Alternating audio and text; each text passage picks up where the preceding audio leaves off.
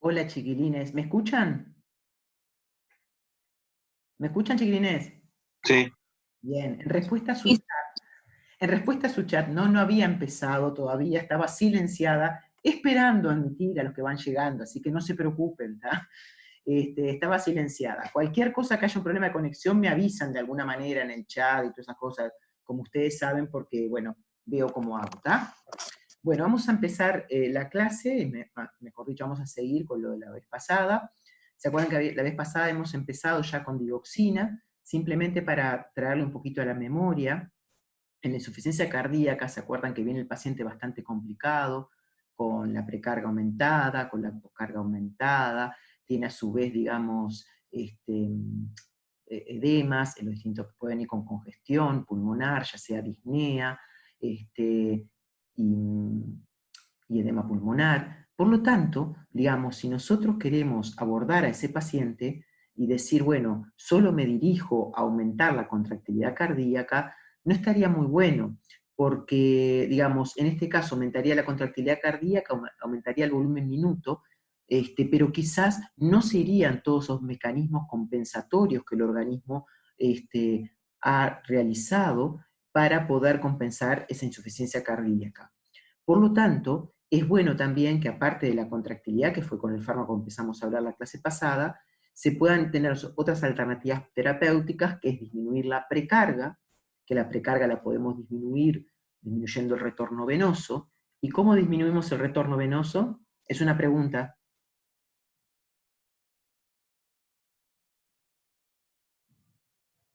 ¿Están comiendo? ¿Están durmiendo? ¿Cómo hago una disminución del retorno venoso?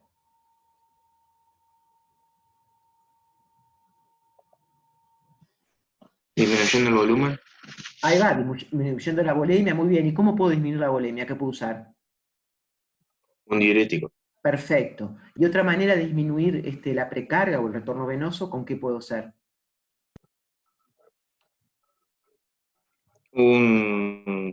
Algo que te aumente el diámetro de las venas. Un venodilatador. No me sale la palabra. Se te complicó, un venodilatador, pero está bien lo que dijiste. ¿Está? Un venodilatador, perfecto. Entonces ahí me disminuye el retorno venoso y por lo tanto me disminuye la precarga. ¿Está? Entonces el corazón va a estar, si está el corazón pobre que está hecho huasca, digamos, por la insuficiencia cardíaca, el corazón va a decir, ¡ah, qué alivio! No me está llegando tanta sangre del resto del organismo, ¿sí? Entonces ahí... No se escucha, profe. ¿No? Se cortó el audio. ¿Ahora? Ahora...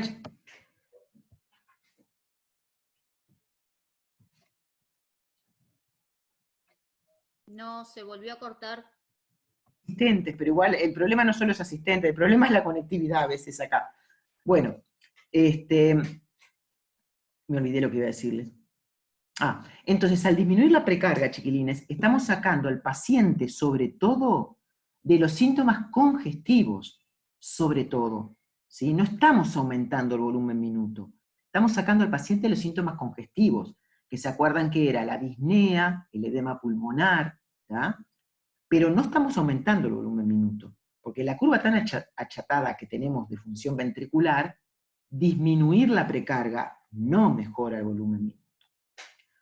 Si le sacas al paciente ese volumen intraventricular aumentado, esa presión intraventricular aumentada, ese aumento de la presión capilar pulmonar, pero no aumenta el volumen minuto.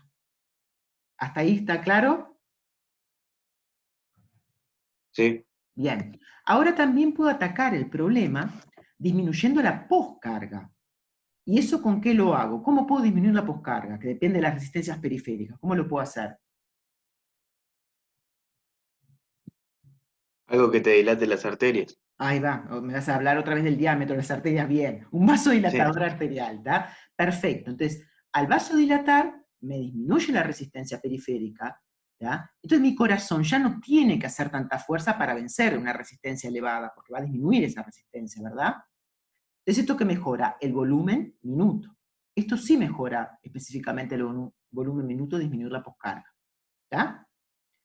Y a su vez puedo también atacar, digamos, aumentando la contractilidad, que son con los fármacos que vamos a empezar, que ya empecé en la clase pasada, como la digoxina, que es inotrópico positivo, que eso me va a aumentar el volumen minuto, y también puedo tener otros fármacos que también los voy a dar esta clase, espero, que son los inodilatadores. Como dice la palabra, son inotrópicos positivos, pero también dilatan, ¿sí? Que son un caso de emergencia usados, pero se los voy a dar también. Y después tenemos también los fármacos que pueden actuar, como los beta bloqueantes, como yo les dije hoy, por un exceso de catecolaminas que hay por la compensación misma que hace el organismo. ¿tá? Y justamente las que tienen un exceso de catecolaminas, al principio todo bárbaro, pero después aumenta, digamos, la mortalidad. ¿tá? Bien, entonces, haciendo un resumencito de esto, que un poco hablé la clase pasada, ¿sí? Vamos a ver que dentro de los fármacos que aumentan la contractilidad cardíaca, la clase pasada empezamos a hablar de esto, fármacos que bloquean ¿qué? La sodio-potasio ATPasa a nivel del sarcolema. Y dentro de esos fármacos, que son los cardiotónicos, ¿ya? O los digitálicos, tenemos que el único que está en la actualidad a nivel no solo de Uruguay, sino a nivel mundial, como cardiotónico, es la digoxina. ¿ya?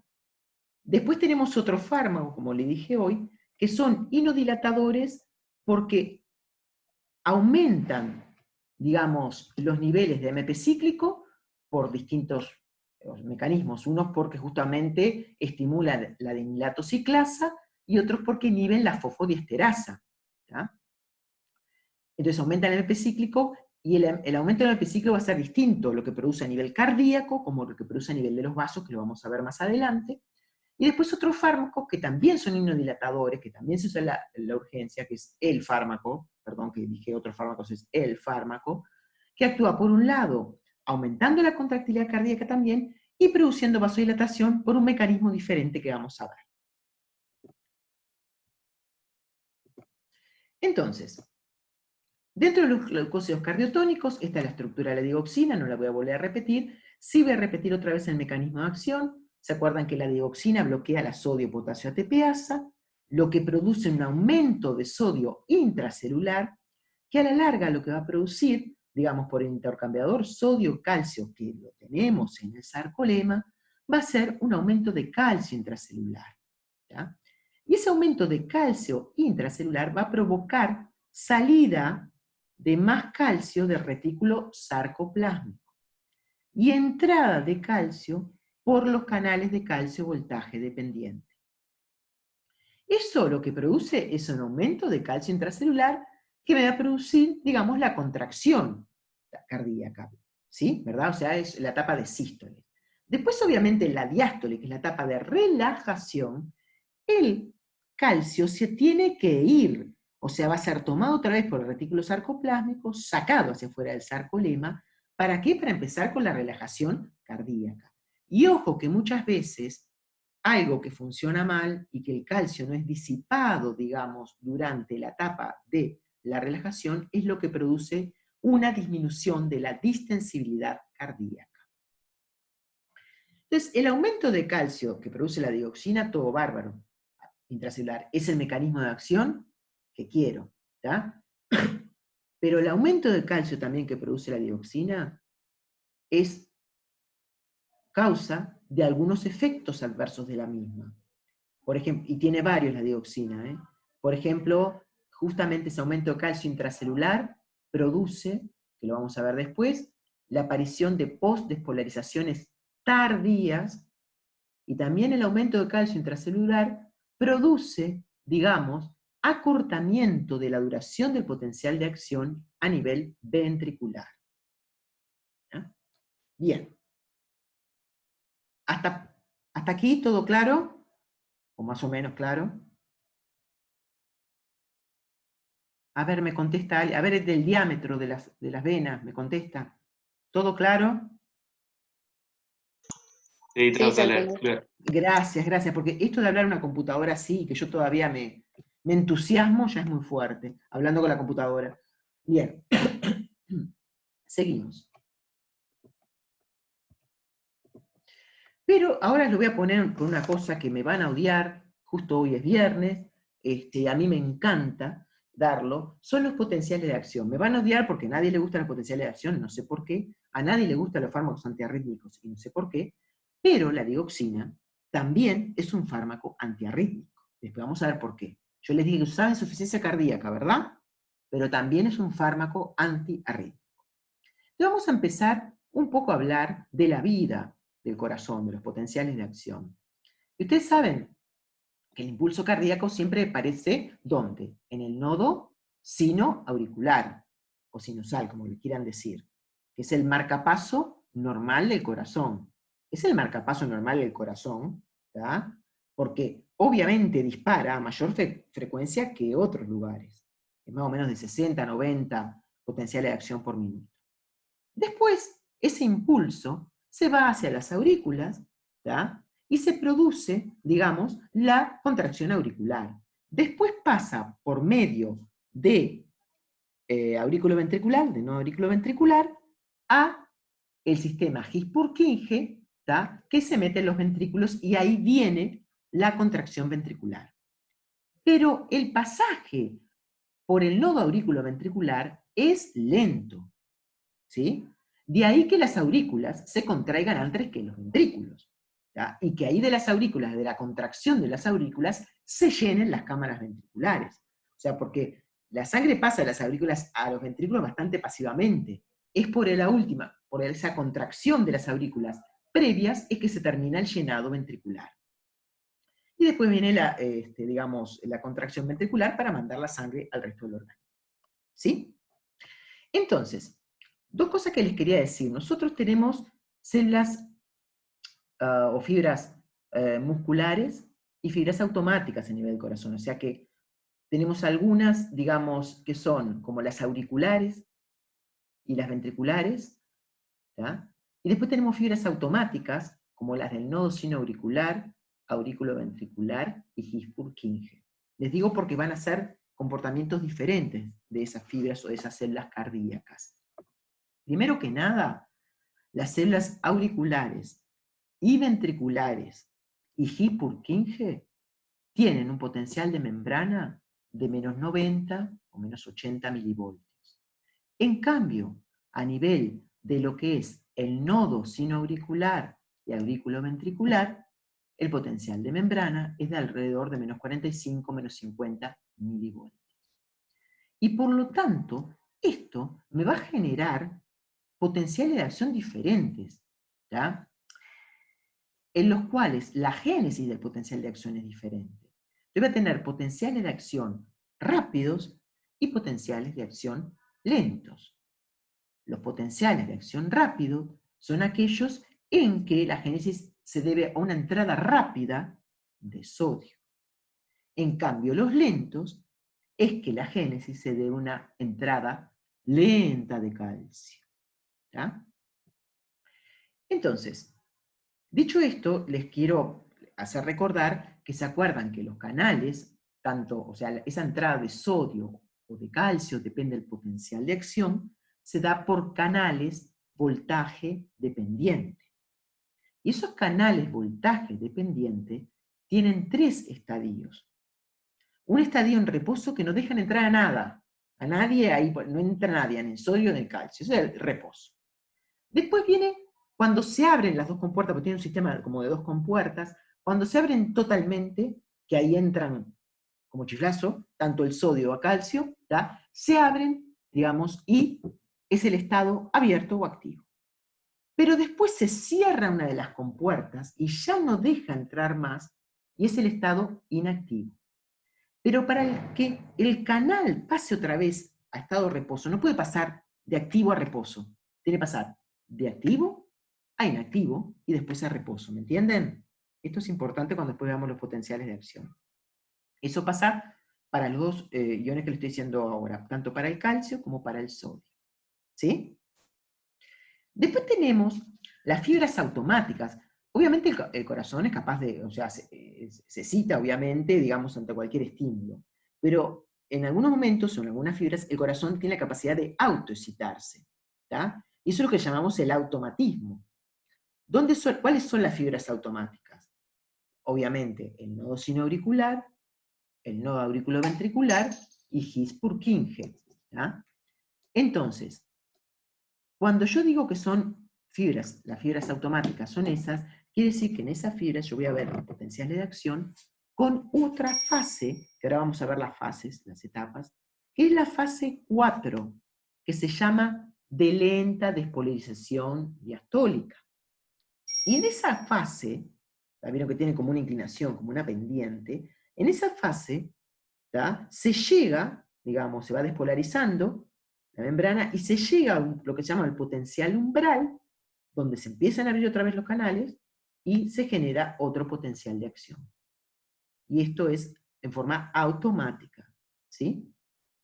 Obviamente, cuando estamos hablando que el marcapaso normal del corazón es a nivel del nodo sinoauricular, es porque esta pendiente está más elevada, ¿tá? Y llega antes al potencial de acción.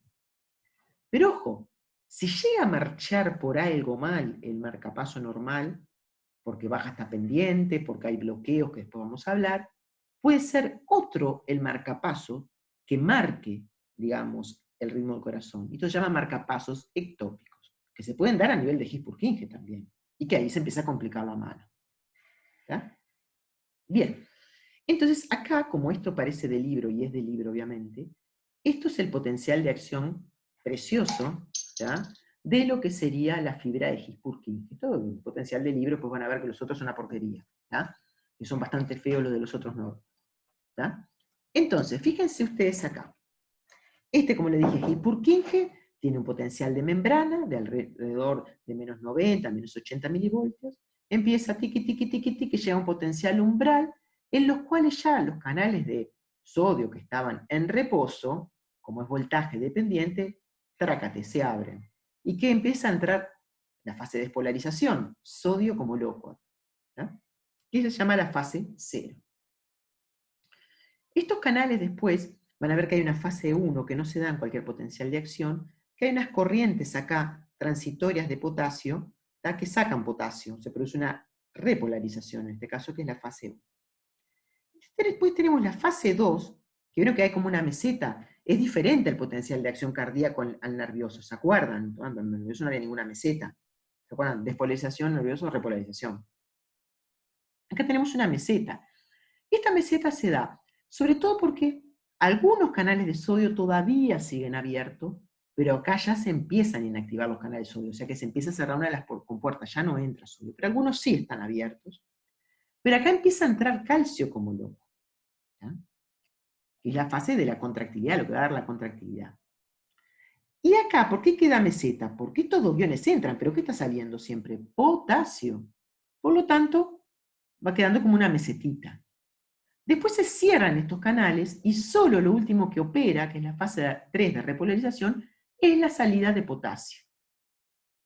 Y después que viene, cuando se termina de repolarizar totalmente, otra vez empieza a despolarizar, que siempre que hablo de una despolarización hablo de la entrada de un ion. Acá comúnmente la fase 4 depende del potencial de acción que hable, puede ser o de entrada de sodio, ¿tá? O de entrada de calcio. Hasta llegar a un potencial umbral para empezar otro potencial de acción. Los canales de sodio acá están abiertos. Acá se empiezan a inactivar.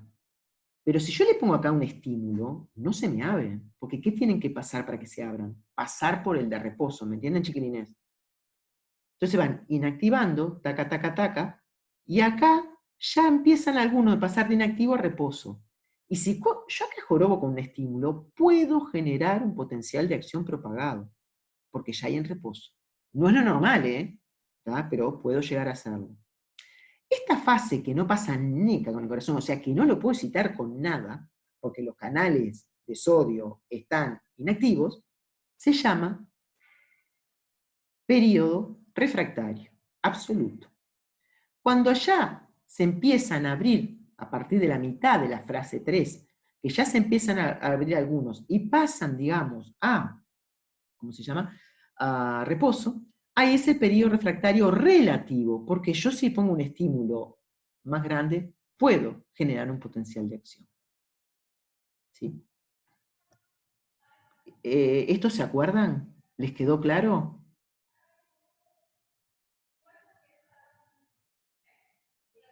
¿Les quedó claro? Sí, profe. Ah, porque si no, calle. O lo dicen ahora, callen para siempre. Bueno, igual voy a seguir un poquito con los potenciales de acción. Bueno, esto sigue otra vez lo que les estuve explicando, acá entra el sodio, el calcio. Sodio acá hay un poquito que contribuye a la meseta, que va entrando, después se inactiva enseguida, ¿no? Y acá miren qué lindo. de nuevo. Uy, esperen un poquito.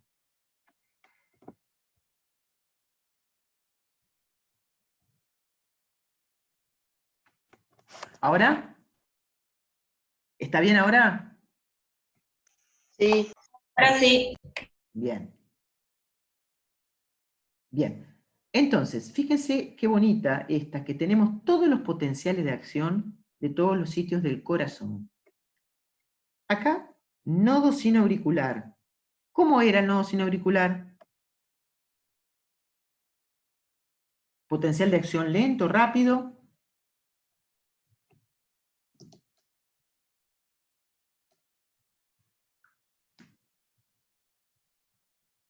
¿Se trancó o no se acuerdan? ¿Cuál preguntaste, profe? El potencial de acción acá, esto es el nodo sin auricular, que es el primero que aparece acá. ¿Qué era? ¿Potencial de acción rápido, lento? Ese era rápido. No, la voy a matar, por suerte no te tengo a la vista. Es lento. Perdón. No, no pasa nada. Es lento el potencial de acción. Fíjense, acá, ¿vieron acá? ¿Cuánto está el potencial de membrana? Está a menos 50, ¿está? Menos 60. Y acá los canales de sodio no están activos ese potencial, son los de calcio. Y justamente el calcio entra muy lento, va entrando a la fase 0 y después acá un poquito en la meseta y después va saliendo potasio y se repolariza. ¿Sí? Después tengo lo que está acá, que ven muy precioso. Esto ya es la fibra o la célula auricular, o sea que es muscular. Fíjense acá, la fase 4. ¿Vieron que es isoeléctrica? ¿Tá? No hay una pendiente acá. Esta fase es isoeléctrica en las fibras musculares auriculares y ventriculares. ¿Tá? Y justamente, digamos, después que termina el potencial de acción, se retoma el equilibrio de iones en esta fase y queda isoeléctrica. ¿Tá? O sea, va a actuar la bomba sodio-potasio ATPasa, va a actuar transportadores sodio y calcio para que esta fase quede isoeléctrica. Después viene que esta es potencial de acción rápido. Miren acá. Después viene que el nodo aurículo-ventricular, potencial de acción lento. Acá, His-Purkinje, como le dije hoy, ¿tá? Con sus propias fases precioso. Y acá es la fibra muscular ventricular, que también es isoeléctrica, o sea, no es automática. En las automáticas tenemos que la pendiente de la fase 4, ¿sí? La fase 4 de lenta despolarización diastólica. Esto es un repaso, miren que digo, simplemente para después entender las cosas.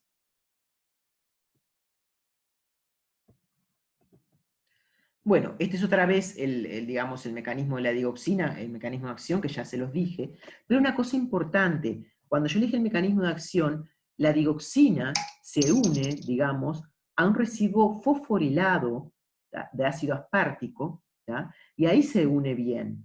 Pero ese residuo, la fosforila o los desfosforila, la concentración de potasio, ¿tá? Y la concentración de potasio extracelular. Entonces, si yo tengo en un paciente hipopotasemia, o sea, bajo potasio en sangre, tengo mayor afinidad de la digoxina por la sodio-potasio ATPasa. Y esto puede producir, digamos, intoxicaciones, una intoxicación digitálica, pero no porque aumente la concentración, sino porque me aumenta la afinidad. Si yo tengo un potasio o hiperpotasemia, potasio alto en sangre, me puede desfosforilarse la enzima, ¿tá? Y por lo tanto tener menos afinidad, digamos, la digoxina por la sodio potasio ATPasa. O sea, dicho de otra manera, o sea que a bajo potasio la enzima está más fosforilada como para que se pueda unir la dioxina. ¿Está? Entonces, comúnmente, en esos casos de potasio bajo, yo simplemente lo que se dice es darle y decirle, bueno, al médico, lo que pueden hacer es darle sales de potasio. ¿tá? Y ya con eso se sale esa intoxicación por dioxina. ¿tá? ¿Me van siguiendo? Sí, Ah. Entonces, bueno, acá está otra vez el mecanismo de acción, no lo voy a seguir repitiendo, porque quedaron ahí atrapadas en transparencias. Y acá sí me interesa, y acá vamos a demorar un poquitito con la dioxina. La dioxina aumenta la contractilidad cardíaca, aumenta el volumen minuto. Pero hay que pensar que la dioxina también, esto es muy importante, a concentraciones terapéuticas, es estimulante vagal. ¿tá? Entonces, yo le quiero hacer acordar que el vago, ¿qué es lo que inerva del corazón el vago? Las aurículas. ¿tá? En cambio, el simpático inerva todo el corazón, pero el vago solo las aurículas. ¿Y qué hace una estimulación vagal si digo que estimula el vago la dioxina? Lo que hace es disminuir la frecuencia cardíaca y disminuir la conducción auriculoventricular.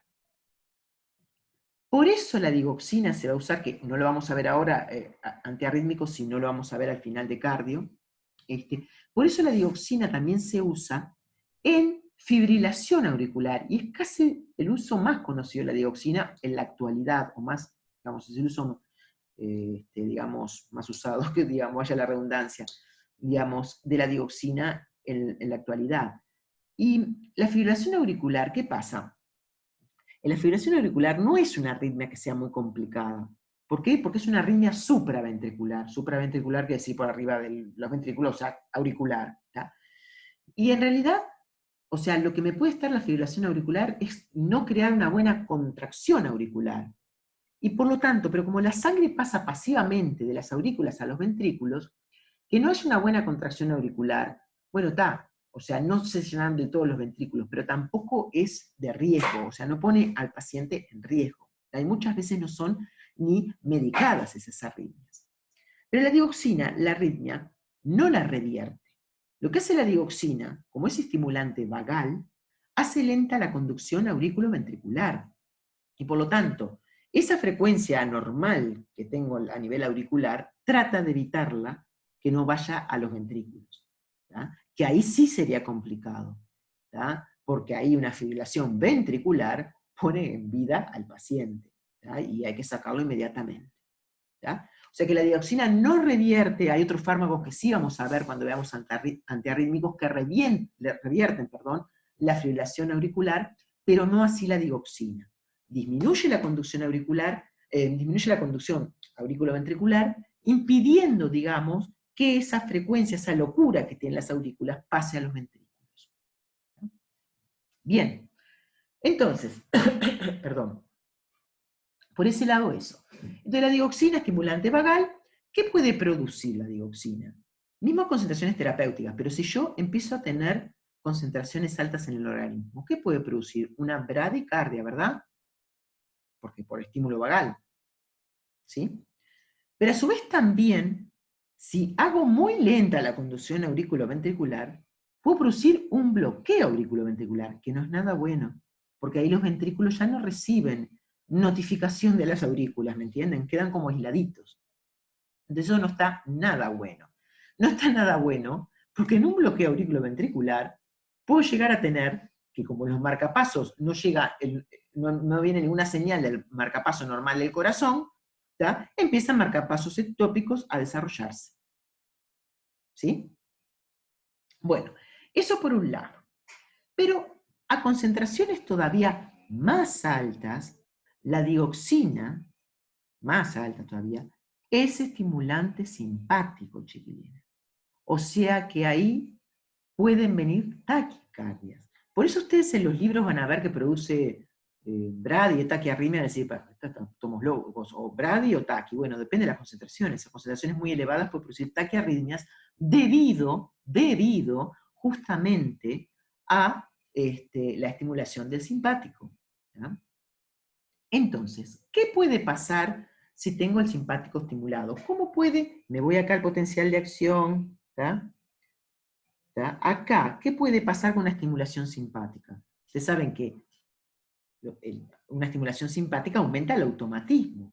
Entonces acá lo que se produce es un aumento de la pendiente de la fase 4. Voy a llegar más rápido al potencial umbral para generar otro potencial de acción. Acuérdense que la taquicardia tenemos traca, uno tras otro potenciales de acción. La bradicardia es más lento.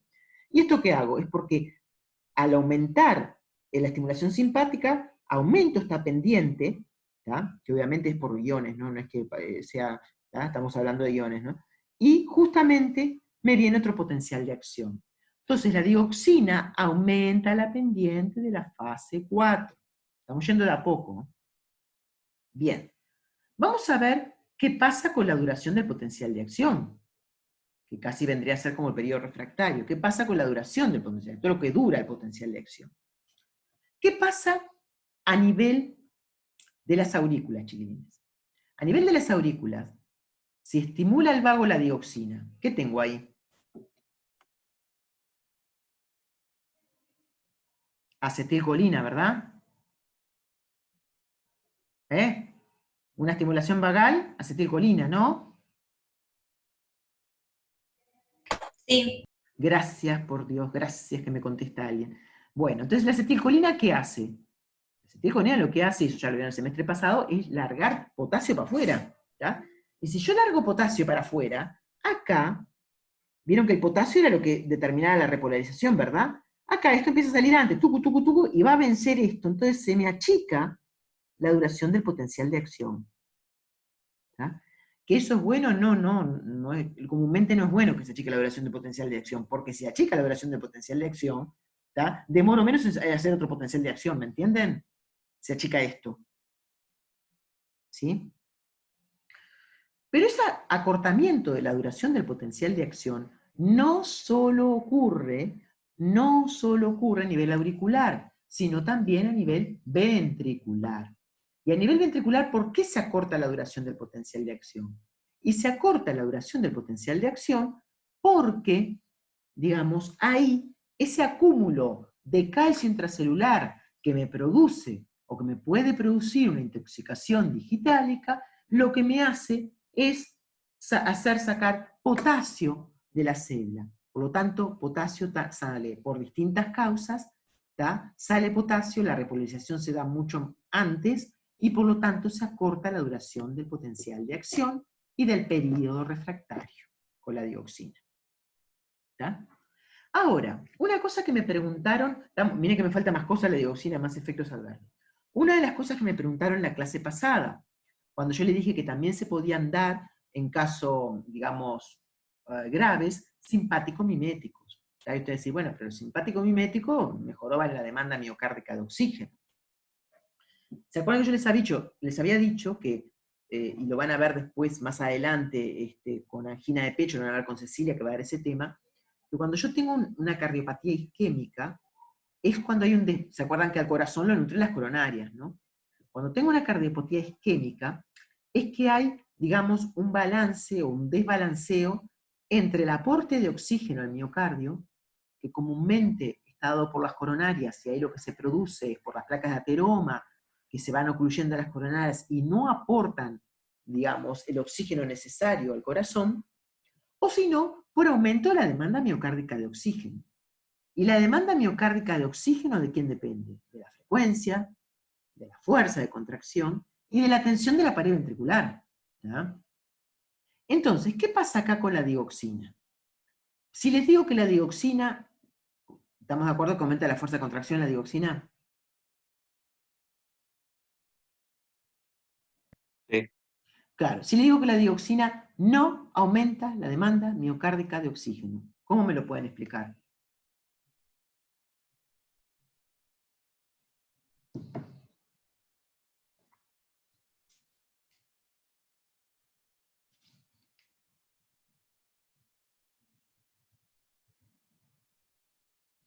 ¿Eh?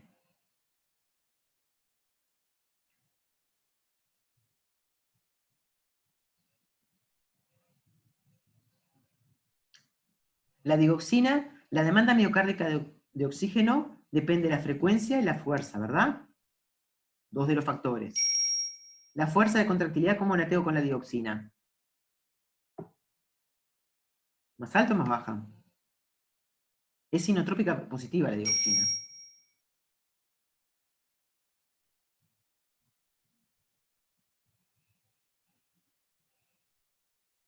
Con la fuerza de contractilidad, ¿qué hace la dioxina si digo que es inotrópica positiva? ¿Aumenta o disminuye la fuerza?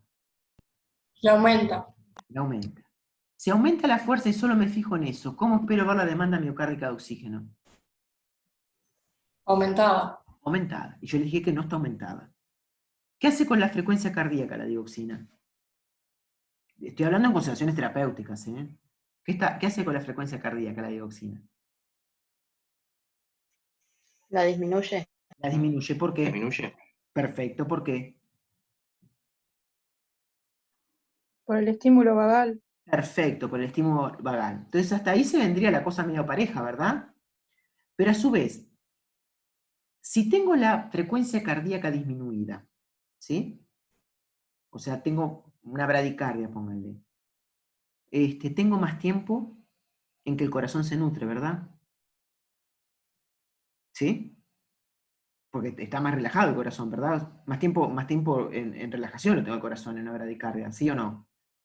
Entonces, cuando está más tiempo, digamos, como en diástole el corazón, es cuanto mayor se nutre el corazón. El corazón se nutre más durante la diástole, porque con la sístole, pobre, está todo contraído. Entonces, si aumento el tiempo de diástole, ¿tá? Mejoro también la oferta de oxígeno a ciertas zonas del corazón, ¿sí? Por lo tanto, puede mejorar también la oferta de oxígeno. Y por lo tanto, la dioxina no aumenta la demanda miocárdica de oxígeno, ¿sí? ¿Les quedó claro? Sí. Sí. Perfecto. Entonces ahora vamos a seguir con otros problemas de la dioxina. Vieron que la dioxina es para el corazón, pero morís con la dioxina si te intoxicás también del corazón. ¿Tá? Entonces, ¿qué pasa, digamos, con lo que son, digamos, la parte, digamos, de la excitabilidad y velocidad de conducción? ¿Qué pasa muchas veces? Que si uno tiene, digamos, bloqueada constantemente la sodio de potasio ATPasa por concentraciones elevadas de dioxina, se va a producir como una despolarización continua y va a llevar el potencial de la membrana, ¿tá? A otros valores, a valores de menos 40 y menos 50. Y por lo tanto, a esos valores los canales de sodio ya no operan, operan los de calcio. Entonces, una intoxicación digitálica puedo tener justamente deprimida la excitabilidad y la velocidad de conducción cardíaca. ¿Tá? A su vez, ¿tá? Tenemos, que entonces parece todo horrible, ¿no? Porque tengo, fíjense cómo puedo llegar a tener un bloqueo auriculoventricular por intoxicación digitálica. El ventrículo hace lo que se le ocurra, porque no tiene ninguna señal de arriba, dice, piri, piri, piri. Tiene la fase 4 aumentada. Se acorta la duración del potencial de acción. Este acortamiento de duración del potencial de acción, después lo vamos a ver en arritmias, es distinto a todos los niveles, a nivel ventricular. Por lo tanto, ¿qué puede ser? Marcapasos ectópicos y otro tipo de arritmias. O sea que la dioxina, que es un antiarrítmico, puede producir otras arritmias. Y sobre todo, es lo que se llama arritmias de reentrada. Porque cuando les hablé del impulso, que nace no sin auricular, va por las aurículas, no auriculoventriculares, después los ventrículos, ese impulso después muere, se disipa. ¿Ya? Pero ¿qué pasa en algunos casos? En algunos casos se disipa porque el impulso, porque ve al lado que la célula de al lado está refractaria. Dice, no la puedo citar, no la puedo citar y se va yendo. ¿Qué pasa si tenemos al lado una célula que es excitable? Y es lo que pasa a veces con la dioxina. Agarra y dice, tengo una célula, entonces empieza a reentrar, es lo que se llama arritmias de reentrada. O sea, el impulso vuelve como a dar vueltas, vuelta, vuelta, vuelta en el ventrículo, se pone como loco el ventrículo, no se contrae, marchaste. ¿Está? Bien. A ver, que si me quedó algo de la dioxina. Sí. A su vez, la dioxina también, vamos a fijarnos en esta figurita, ¿tá? Después de la repolarización, vieron que acá termina la repolarización en este punto. La digoxina, ¿qué pasa? Si estoy en fase de intoxicación, estoy hablando, chiquilines, ¿qué puede pasar? Mucho calcio intracelular, ¿no? Y el calcio, ¿por quién se puede intercambiar? Por sodio, ¿no? Y acá se puede producir, por el calcio grande que hay, una entrada de sodio. Y es lo que se produce, una posdespolarización tardía. ¿Vieron acá? Posdespolarización tardía. O sea, tardía porque ocurre después la repolarización. Y esto se ve a veces con la digoxina, cuando estamos intoxicados. Que puede terminar acá y no pasa nada, si bien no es normal, no pasa nada, o si llega al potencial umbral, ¡puc!, me puede generar un potencial de acción anómalo. Posdespolarizaciones tardías, lo que da la digoxina. Podemos saber otras que son tempranas, ¿tá? Pero tardías. ¿Tá? ¿Sí? Bien.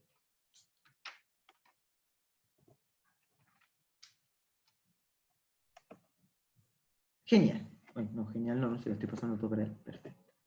Vamos a ver un poco de la farmacocinética, la dioxina. La dioxina se puede dar por vía intravenosa, por vía oral. Tiene una biodisponibilidad bastante buena, del 70 al 80%. Se une poco a las proteínas plasmáticas, alrededor del 25% de la albúmina. Y se elimina prácticamente en 80% por excreción renal. Es sustrato de la PGP. La PGP, que es la P-glicoproteína, es un transportador de eflujo. ¿Tá? Entonces, yo les pregunto, ¿tá? Si yo doy un inhibidor del transportador de flujo, junto con la digoxina, ¿cómo puedo, o qué se puede esperar de la concentración de digoxina en sangre? Se lo estoy preguntando, despiértense. Que aumente. Que aumente, muy bien, ¿por qué? Porque estás bloqueando algo que hace que se elimine más. Perfecto, eso me viste por la parte renal, o sea que yo tendría el clearance disminuido, ¿no? ¿Sí? Sí. Ahí va. Velo por la parte de biodisponibilidad,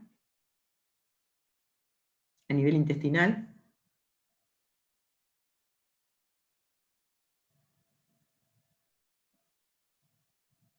Y ahí disminuido, porque en realidad el flujo del intestino ingresa a la sangre. No, es flujo. No, es de flujo, ojo, te lo saca. ¿Me entendés que si yo tengo en el intestino un sustrato de transportadores de eflujo, me la saca el fármaco? Me lo saca hacia el intestino, hacia la luz intestinal, hacia el lumen intestinal. Yo ponele que lo bloquee, ¿cómo espero ver la biodisponibilidad? ¿Aumentada o disminuida? Disminuida. No, aumentada. No lo están entendiendo, pero que voy a tratar de ser más clara porque no. Ya, a ver, la digoxina es sustrato de transportadores, ¿verdad? De flujo. Me dijeron perfecto a nivel renal. Como a nivel renal es sustrato de transportadores, si yo bloqueo a nivel renal eso, disminuye el clearance, o sea, me queda más concentrada, más alta la concentración de digoxina en sangre. De acuerdo. Ahora vamos a ver por el lado de la absorción de la misma, ¿está? Yo tengo que la digoxina se absorbe a nivel, o sea, la primera porción del intestino. Ahí ustedes saben que tienen enzimas, prácticamente la digoxina tiene muy poco metabolismo, ¿tá? Y le digo que es sustrato de un transportador de eflujo. ¿Tá? El sustrato la va a sacar, ¿verdad? Hacia el lumen. Pero si yo le doy un inhibidor de ese sustrato, ¿cómo espero ver la biodisponibilidad? Sí, ya entendí. Aumentada, sí. Aumentada, ¿verdad, chiquilines? Sí. ¿Me quedó claro ahora? No les digo por todas las interacciones que podemos llegar a ver, no con la dioxina, sino con otros fármacos. ¿Está? Acá van junto de la mano, o sea, ya sea por aumento de la biodisponibilidad o por disminución del clearance, las concentraciones de la digoxina están aumentadas, ¿verdad? ¿Y por qué les digo esto? Es decir, qué pesada esta con la digoxina, no. Les digo esto y me voy para acá. ¿Dónde están? Acá. Acá. A ver si acá está la cosa. dice nada de la concentración. Pero, esto lo vamos a ver con los canales de calcio. Acá, perdón, estoy yendo mal. ¿Me están siguiendo acá? Bueno, acá vamos a ver las interacciones de la digoxina. Justamente, hay dos fármacos bastante importantes que son bloqueantes de los canales de calcio, ¿ya?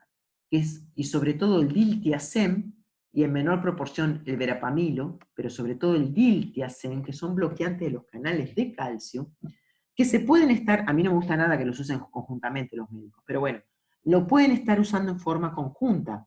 ¿Por qué estaría bueno usar un bloqueante de los canales de calcio? Más a mí no me gustan estos, ¿no? Pero están buenos desde el punto de vista de interacciones. ¿Qué hace un bloqueante de los canales de calcio? Sin haberlos visto, ¿qué hace un bloqueante? ¿Qué puede hacer a nivel de los vasos?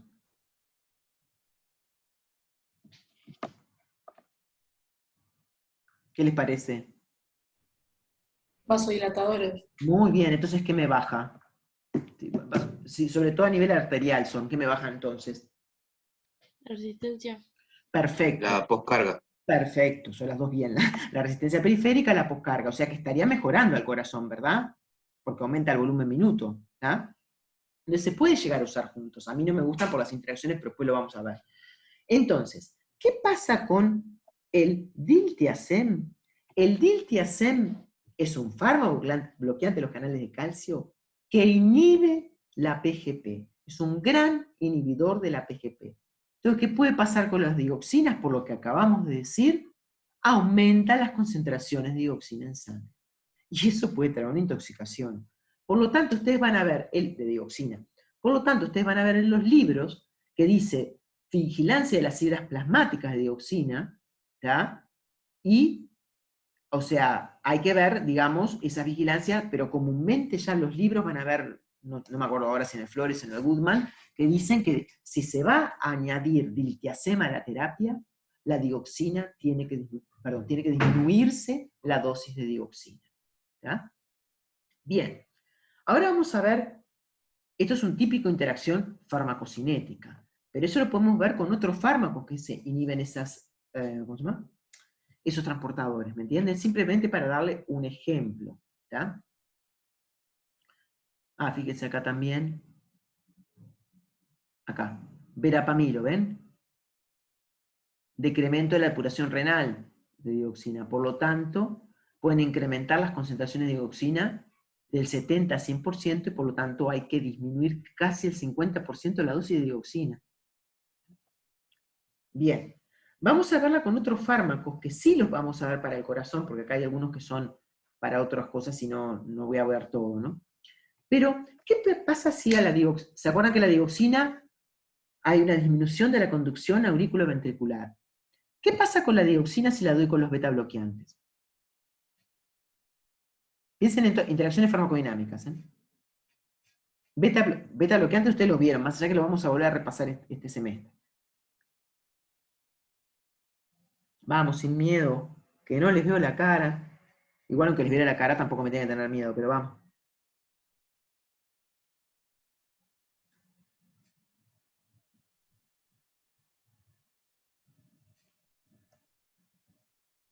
¿Qué hacen los beta bloqueantes?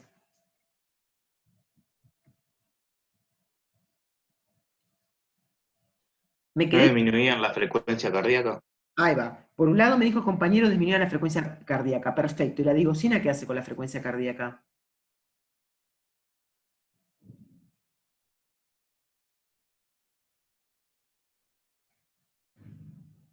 ¿La aumenta o la disminuye? Digo en concentraciones terapéuticas siempre. La disminuye. Perfecto, la disminuye. Entonces, por el estímulo vagal, ¿verdad? Entonces, la digoxina con un beta bloqueante a nivel de, estamos hablando de la frecuencia cardíaca, puede producir una bradicardia jorobada. ¿Tá? Y a nivel de la conducción aurículo-ventricular, puede llegar a un bloqueo con un beta bloqueante, porque el beta bloqueante también disminuye la conducción aurículo-ventricular. Y con la digoxina también, por el estímulo vagal, bloquea aurículo-ventricular con los dos juntos. Y en cuanto al inotropismo, chiquilines, acá es diferente, ¿tá? Porque la digoxina es inotrópico positivo, Y los beta bloqueantes son inotrópicos negativos. ¿Está? ¿Sí? Bien. Eso sería con los beta bloqueantes, pero vamos a poner algún otro ejemplo más. Voy a poner a agarrar otra vez verapamil y diltiazem, que me encanta.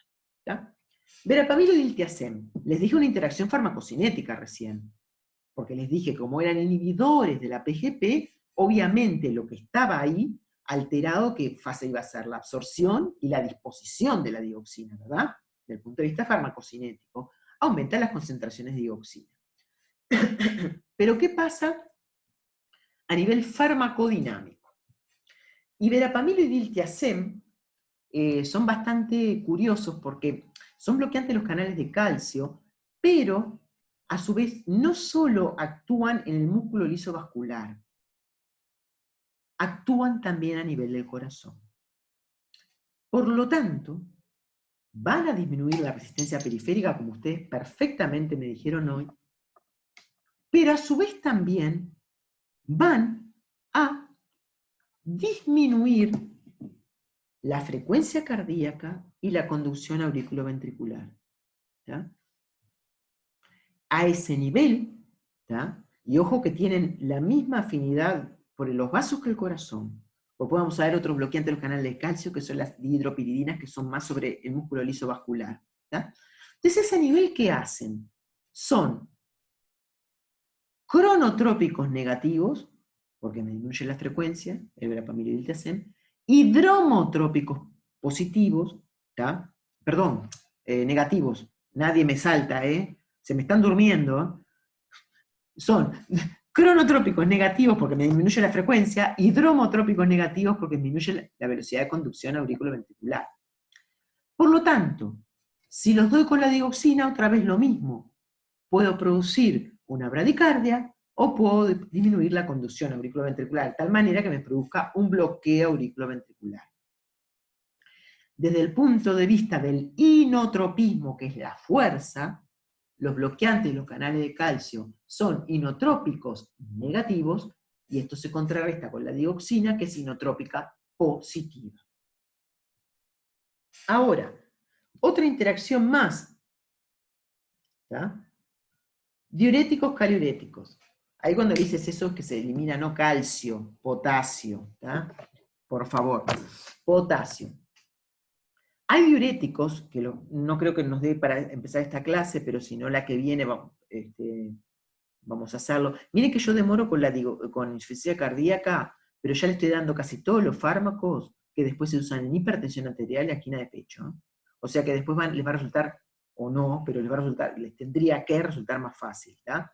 Yo la clase que viene ya termino con todos los fármacos, creo yo, que se usan para la insuficiencia cardíaca, pero muchos son diuréticos, betabloqueantes, vasodilatadores arteriales, nitratos y nitritos que se usan en otras patologías que vamos a ver. Bien, dicho esto, estos diuréticos, ¿cuáles son los diuréticos que eliminan mucho potasio y que se usan en la insuficiencia cardíaca? Porque ¿qué quería hacer en la insuficiencia cardíaca? Empezamos la clase así, como me dijo el compañero, disminuir la volemia. Y se pueden usar diuréticos, ¿verdad? Entonces se usa muchas veces diuréticos potentes, como la furosemide, y otras no, o sea, de potencia menos eficaces, pero también se usan bastante, como son los diuréticos tiacídicos, como la hidroclorotiacida. Y esos diuréticos, después vamos a ver el mecanismo, son grandes eliminadores de potasio. Y si son grandes eliminadores de potasio, ¿cómo tengo la enzima con la que se une la dioxina? Fosforilada, ¿verdad? A bajas concentraciones de potasio, la enzima está fosforilada y por lo tanto tengo una mayor afinidad de la digoxina por la enzima. Y por lo tanto puedo llegar a tener ¿qué? Una intoxicación digitálica.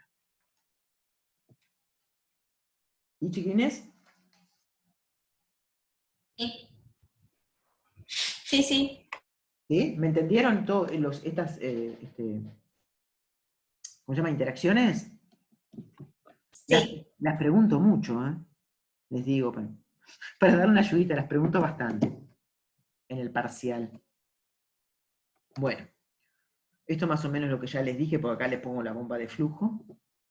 Y bueno, nosotros la dioxina, otra cosa importante, me olvidé decirle, le dije la excreción renal de dioxina, que se eliminaba prácticamente por excreción renal, Y comúnmente ustedes ya saben que los problemas cardíacos o cardiovasculares son más frecuentes, no quiere decir que sean solo de una etapa de la vida, pero son más frecuentes en el adulto mayor, ¿tá? Y obviamente en el adulto mayor nosotros tenemos prácticamente, les dije el adulto mayor prácticamente, si bien no es insuficiente renal, pero se le podría considerar como insuficiente renal, ¿tá? Tiene una funcionalidad renal disminuida, porque hay un detrimento de la fracción de flujo sanguíneo, digamos, o sea, la fracción de gasto cardíaco hacia el riñón. Por lo tanto, digamos, no va a estar muy bien perfundido el riñón, pero a su vez también, cuando nosotros tenemos en la paraclínica algo que nos dice la funcionalidad renal, que muchas veces nos viene la creatinina sérica, también es algo que nos falsea un poco para saber si la creatinina sérica, por ejemplo, 1,12 miligramos por decilitro, 1,2, está relativamente bien. Capaz que nos viene esa creatinina sérica y decimos, qué bien que está el viejito. Pero ojo, la creatinina sérica es producto de la masa muscular, y la masa muscular está disminuida en el anciano. Entonces en sangre la puede tener baja, pero eso no quiere decir que se esté eliminando bien, ¿tá? Sería mejor hacer equilibrios de creatinina. Entonces ya nosotros por definición a los ancianos los tomamos como si fueran con problemitas renales. Y comúnmente son estos ancianos los que necesitan digoxina, en la mayoría de los casos son pacientes más añosos los que no vienen. Nosotros trabajamos por un convenio de la Facultad de Química y Facultad de Medicina, y el Departamento de Laboratorio acá del Hospital de Clínicas, en la unidad de monitoreo de medicamentos, y la digoxina es uno de los fármacos que comúnmente monitoreamos porque es de estrecho margen terapéutico, ¿ya? O sea que es uno de los medicamentos de los cuales podemos llegar a tener cuidado o evitar la intoxicación. Estos son, para que tengan una idea, nosotros igual tenemos una asignatura optativa que es monitoreo de medicamentos, pero para que tengan una idea de la solicitud. Nosotros, determinamos la dioxina en sangre, aunque usamos para otros fármacos algunos otros fluidos biológicos, y fíjense, nosotros predimos el servicio, en qué piso está el paciente, a veces está ambulatorio, el nombre del paciente, edad, peso, altura, el médico solicitante. Bueno, acá nosotros, que parece tan fácil llenar esto, miren que esta solicitud parece una pavada de llenar y no saben lo que nos ha costado a lo largo de toda la vida. Acá la edad del paciente a veces cambia, sos más viejo, más joven, depende, viste, no sé, a veces tenés 50, otras veces 45, a veces te lo llenan mal. El peso también, ¿tá? También varía bastante. Hasta nos llegó a variar el sexo de los pacientes que tuvimos que ir a ver, porque ya no sabíamos, nos ponían primero femenino, después masculino, ya no sabíamos si había hecho una operación en el hospital. O sea que es complicado a veces esto que parece tan sencillo. Después le ponemos acá el fármaco monitorial, la marca comercial, porque ustedes saben que las distintas marcas comerciales no tienen por qué ser intercambiables. Y si está comprimido, y B, bueno, acá les damos varias posibilidades. Acá cuando le ponemos la fecha de inicio de la posología actual, a veces, ¿para qué nos interesa la fecha de la posología actual? Para saber si el paciente está en estado estacionario, porque comúnmente nosotros monitoreamos en estado estacionario, ¿tá? Pero acá nos ponen desde toda la vida, desde 50 años, yo qué sé, no sé, entonces no sabés, viste, en realidad queremos saber con esa posología. La dosis total diaria, la dioxina se da prácticamente una vez al día, se da 0,25 o 0,125 una vez al día en la mañana. Última hora para saber si está predosis. Razón del tratamiento de este fármaco, cuando la ponen, a veces no la ponen. Estado clínico actual, que a veces acá hemos tenido algunos problemitas con los médicos, porque me acuerdo que una vez me habían puesto el estable, para mí estable tenía una, que ahí me equivoqué yo, ¿no? Para mí estable tenía una connotación positiva, me dice un paciente estable, pero no, estable estaba en CTI, lo que pasa es que no habían empeorado ni mejorado, pero no estaba bien la situación del paciente. Entonces ahí tenemos a veces un poco léxico que cada vez nos acostumbramos más, pero bueno, ha tenido sus problemitas. Datos clínicos del paciente, por ejemplo, insuficiencia renal, acá es importante porque la dioxina se elimina por excreción renal. Insuficiencia hepática acá no sería tan importante. Digamos, creatinina sérica, nos interesa saberlo. Potasemia, ¿por qué le pedimos el potasio? Porque le dije, si tiene potasio bajo, ¿tá?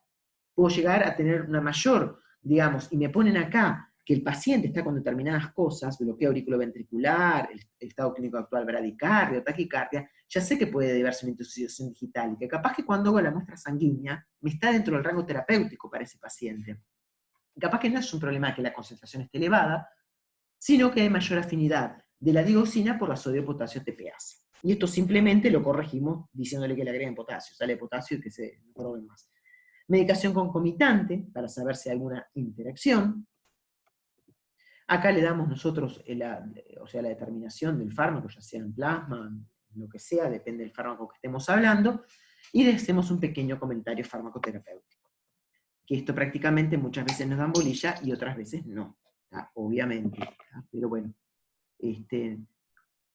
cada vez nos están dando más, pero costó muchos años. Bien. ¿Les quedó alguna duda de la digoxina?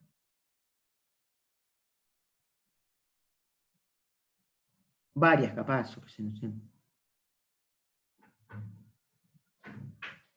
¿Estoy congelada o me escuchan? O si estoy congelada ni se dieron cuenta. Te escuchamos, profe. Tenemos que estudiar para ver las dudas. Claro, yo debe ser como el paciente de Parkinson, que lo vieron con Laura, cuando queda el freezing que le queda, el paciente queda congelado, el paciente en etapa avanzada de Parkinson, bueno, estar así para ustedes, ¿no? Siempre así.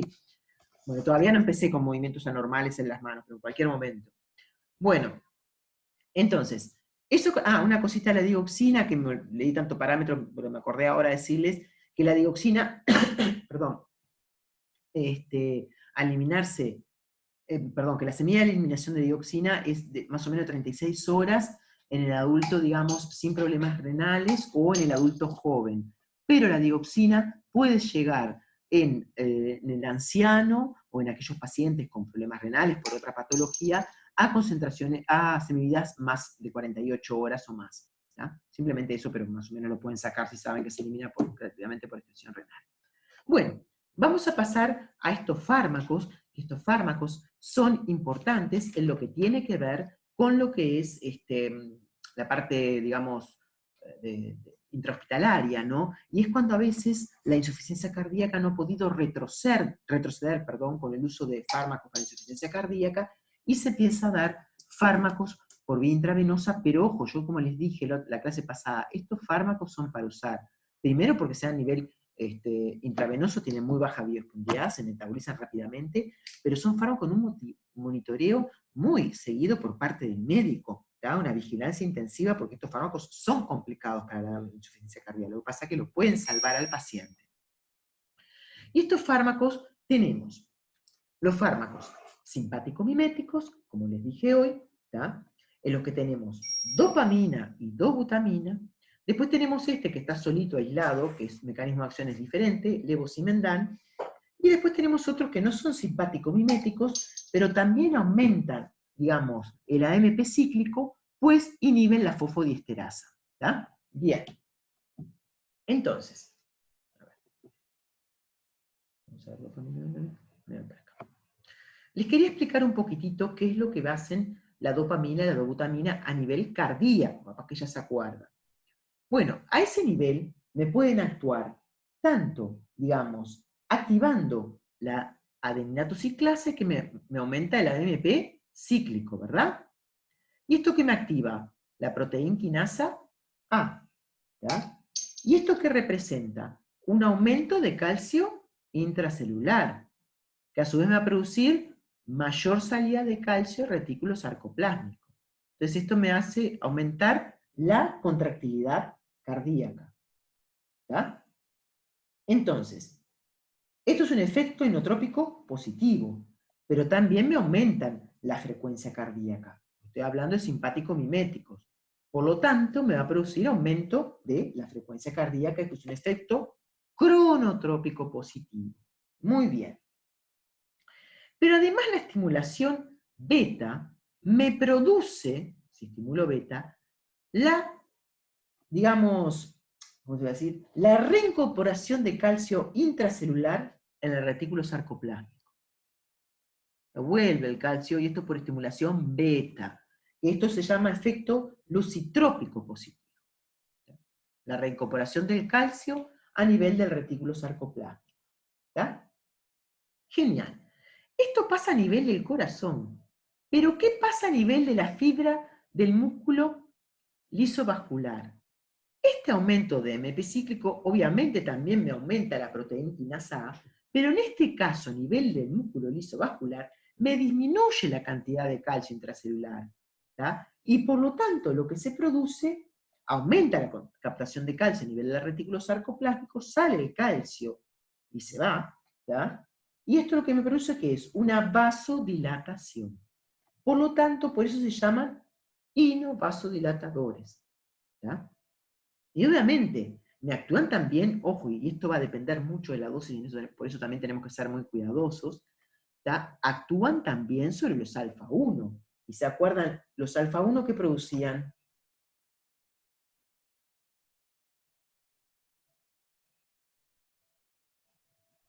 Vasoconstricción. Vasoconstricción, perfecto también. Y a su vez me pueden incrementar también, digamos, la parte cardíaca, la contractilidad, perdón. Muy bien. Entonces, ¿qué problema que el otro día una compañera lo dijo y lo dijo muy bien y yo le dije, vamos a esperar que te lo vamos a explicar cuando lleguemos a esta parte, ¿ya? ¿Qué problema pueden traer estos fármacos? ¿Se acuerdan que yo le dije la digoxina es inotrópico positivo, pero no produce aumento de la demanda miocárdica de oxígeno? En este caso, ¿tá?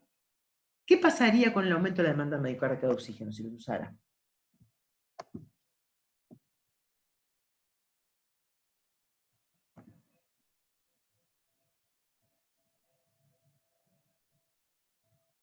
A ver, estamos estimulando a los beta. Los beta 1, ¿se acuerdan que aumentan la contractilidad y el volumen minuto? Si estimulo a los beta 2, puede producirse vasodilatación arteriovenosa. ¿Tá? Pero acuérdense también, ¿tá? Que, ¿dónde tengo beta 1? Se van a haber olvidado. En las células justaglomerulares, ¿verdad? Y la estimulación de los beta 1 a nivel de las células justaglomerulares era una de las causas para que se secretara renina. Les tengo otra vez el sistemita precioso. Renina, angiotensina, aldosterona, ¿tá? O sea que todo eso me hace, ese combito que tengo, aumentar la demanda miocárdica de oxígeno. ¿Me están siguiendo? Porque acá me aumenta todo, la frecuencia de contracción, todo, ¿tá? Todo. Pero a su vez hay otro tema importante. Por eso lo tengo que tener vigilado el paciente, ¿no? Porque lo puedo también matar con eso, ¿no? Pero hay otro tema importante, que en un corazón que es insuficiente cardíaco, ¿tá? Y yo le doy beta 1 en forma constante, ¿tá? Tampoco van a tener, o se va a generar tolerancia, y eso es algo que yo creo que lo habrán visto el semestre pasado, cómo reacciona el organismo, ¿tá? Por ejemplo, si yo al organismo le doy un bloqueante, es un paréntesis lo que hago, si al organismo le doy un bloqueante beta, ¿qué hace el organismo? El organismo hace un upregulation, se llama una sobreexpresión de receptores beta, porque lo estoy bloqueando. El organismo me dice, me estás bloqueando, te voy a jorobar y te voy a hacer más receptores. ¿Sí? Por eso los beta bloqueantes no se pueden abandonar rápidamente. ¿Se acuerdan de eso? Que alguien diga que sí o que no. No. No, ¿No se acuerdan? no. Bueno, una de las máximas de los beta bloqueantes lo vieron, chiquilines. Beta No. bloqueante sí, pero esa parte creo que no. No me digan que no porque me entero fácilmente, ¿eh? Miren que estamos en el mismo departamento todos, ¿tá? Así que no me volaseen, ¿tá? Bueno, ¿qué pasa? A ver, cuando yo doy un beta bloqueante al paciente, que lo puede llegar a tener muy seguido el beta bloqueante por distintas causas, ¿no? Por el corazón, lo que fuera, ¿tá? Doy un beta bloqueante, el paciente se llega a quedarse en la medicación, algo que le tiene que decir el médico es que no puede dejarlo abruptamente, porque si lo deja abruptamente, va a tener problemas, se le va a exacerbar para lo que estaba tomando. ¿Por qué? Yo doy un beta bloqueante, ¿cómo me responde mi organismo? Le estoy bloqueando los receptores, como dice, me estás bloqueando, te voy a jorobar y te hago una regulación hacia arriba de receptores beta. ¿Tá? Entonces, cuando deja tomar los beta bloqueantes, tengo exacerbado la sobreexpresión de receptores, o la expresión de receptores. ¿Sí? ¿Me están siguiendo? Sí. Sí. Sí. Lo tengo que ir dejando lentamente los beta bloqueantes, ¿tá? Eso es una. Ahora me voy por este caso, que es lo contrario. O sea, le estoy dando agonistas. Agonista. ¿Qué hace el corazón? No me jorobes más. Hace una disminución o una regulación hacia abajo, down regulation, como quieran decir, como lo ponen en inglés a veces, de los receptores beta a nivel cardíaco. Y por lo tanto, empieza a perder eficacia el tratamiento. De ahí que hay una tolerancia también a esta medicación. ¿Tá? Entonces, fíjense, lo tengo que dar intrahospitalario, porque lo doy por intravenosa, todos estos fármacos, la biosponía es bajísima, producen aumento de la demanda miocárdica de oxígeno, o sea que podés llegar a morir muy, muy bien de una cardiopatía isquémica si no te vigilan, y a su vez también a las 24, 70, o sea, más o menos te dice entre 24 y 72 horas que lo des, y lo das por perfusión continua, ya perdió el efecto, o bajó la eficacia. O sea que son medio complicaditos, ¿no? Pero ¿por qué lo vemos? Porque en realidad han salvado a muchos pacientes, ¿tá? Cuando a veces se hacen refractarios en determinado momento a los fármacos que están utilizando. ¿Les quedó ahora claro esto? Sí. Sí. Ya cada vez me contestan con menos ganas, ¿eh? Y todavía casi falta 1 hora de clase, me quiero morir de la emoción. Bueno, está. Bien. Entonces, vamos a empezar a hablar de cada uno de ellos, ¿tá? Muy someramente, pero sí les quería decir, sobre todo porque van a ver la dopamina y van a pensar, esta mujer, o sea, le vino algo a la cabeza. No, la dopamina es muy usada, más allá de las otras cosas, la dopamina es muy usada. La dopamina, o sea, como ustedes saben, es precursora de la noradrenalina y actúa sobre varios receptores. ¿Cuáles receptores son? Obviamente dopaminérgicos, de 1 y de 2, como ya los vieron. Pero actúa también sobre los beta, perdón, beta 1 y beta 2, pero también, digamos, actúa sobre los alfa.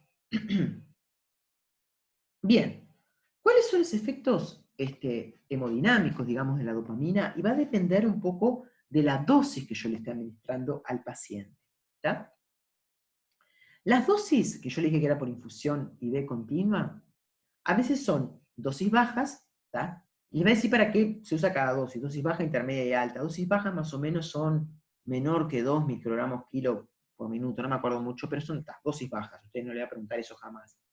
A esas dosis más bajas, la dopamina que estimula, sobre todo D1, receptores D1 vasculares y renales. Entonces, ¿qué va a producir si es a nivel vascular? ¿Se acuerdan sobre el receptor D1 que va a producir? Una vasodilatación arterial, ¿verdad? Y a nivel, digamos, aumenta la velocidad de filtración glomerular, la excreción renal también de sodio aumenta, pero a su vez también actúa sobre los receptores D2, como les dije hoy. ¿tá? Y justamente, al actuar sobre los receptores D2, inhibe la liberación de aldosterona. ¿tá? ¿Y qué hacía la aldosterona? A ver, vamos a repasar un poco, porque si no parezco que hablo. ¿Qué hacía la aldosterona? Que se libera la corteza suprarrenal. ¿Qué hace a nivel de los túbulos distales y colectores la aldosterona?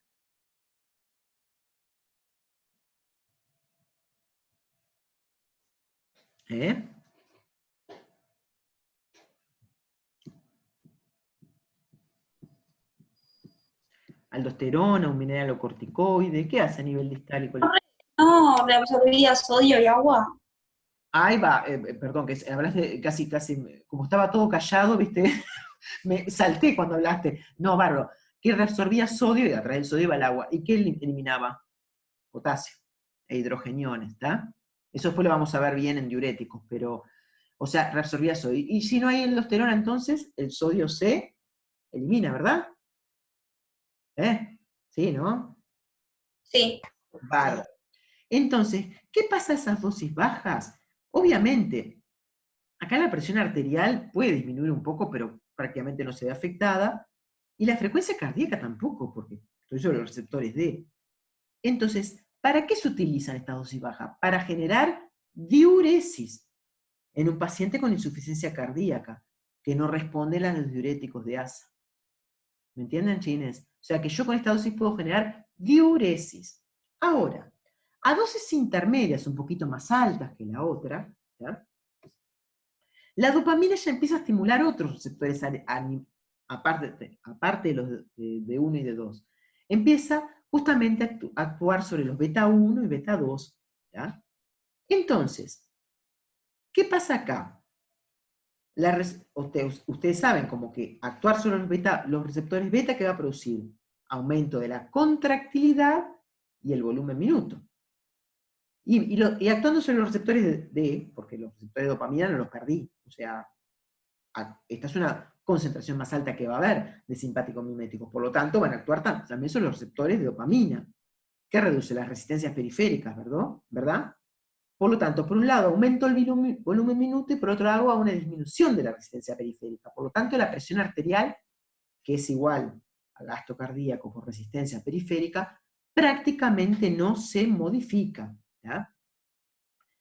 ¿Y qué pasaría, digamos, con las frecuencias? Esto de la frecuencia es más variable, la frecuencia cardíaca, porque va a depender, primero, de la estimulación beta. ¿Cuánto se está estimulando los beta? 1, que me podrían aumentar las frecuencias. Pero por el otro lado también, tengo que ver las vasodilataciones producidas a causa de los D1 y D2, porque si son muy importantes las vasodilataciones y hay una disminución de la resistencia periférica, puede bajar la presión arterial y por vía refleja, ¿ya? Empieza una respuesta simpática, y el simpático va a producir taquicardia. Estas dosis intermedias son las que se utilizan para el tratamiento de la insuficiencia cardíaca. Después tenemos dosis más altas que también se pueden llegar a utilizar, y en este caso ya empieza la dopamina a estimular los alfa. Y ahí, ¿para qué voy a estimular los alfa? Bueno, yo les digo que hay patologías que los tendríamos que estimular. ¿Por qué?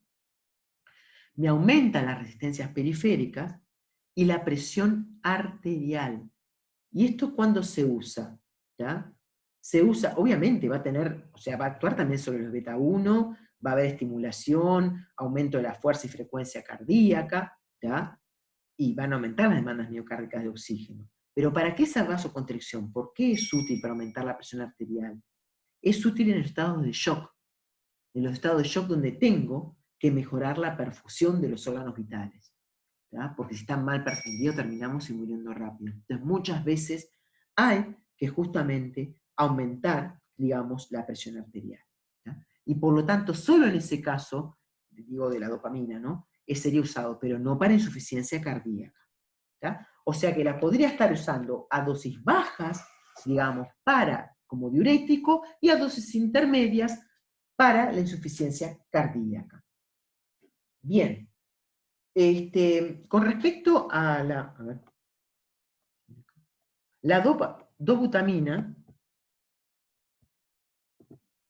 que se lo puse por acá también, bueno, no me voy a, digamos, también se usa por vía intravenosa, se metaboliza muy rápido, también esta no actúa sobre los receptores D, obviamente, esos son de la dopamina, los receptores D1 y D2, actúa sobre los beta, tanto beta 1 y beta 12, actúa sobre los alfa, pero como es bastante similar a la dopamina, no me voy a adentrar en esto. Lo único que hay que tener cuidado, que eso sí es importante, la dobutamina parecía algo diferente, es que me aumenta la velocidad de conducción auriculoventricular, ¿tá?